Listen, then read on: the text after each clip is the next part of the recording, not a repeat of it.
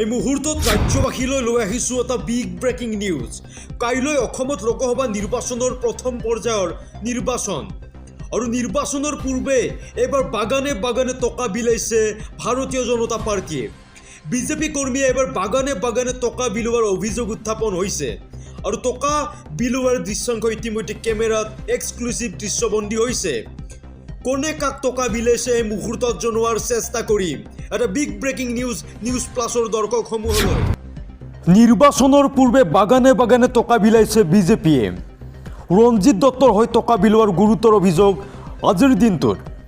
আৰু শোণিতপুৰৰ বিহালীৰ বাগানত টকা বিলোৱাৰ অভিযোগ বিজেপিৰ কৰ্মীৰ বিৰুদ্ধে।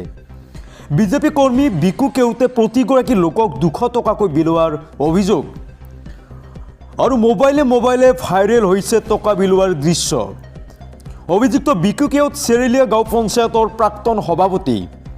আৰু নিৰ্বাচনৰ পূৰ্বে এনেদৰে বাগানে বাগানে টকা বিলাইছে বিজেপি কৰ্মীয়ে। ৰঞ্জিত দত্তৰ হৈ টকা বিলোৱাৰ গুৰুতৰ অভিযোগ উত্থাপন হৈছে আজিৰ দিনটোত। শোণিতপুৰৰ বিহালীৰ বাগানত এনেদৰে টকা বিলোৱাৰ অভিযোগ বিজেপিৰ কৰ্মীৰ বিৰুদ্ধে। আৰু বিজেপিৰ কৰ্মী বিকু কেওতে প্ৰতিগৰাকী লোকক 200 টকাকৈ বিলোৱাৰ গুৰুত্বপূৰ্ণ অভিযোগ।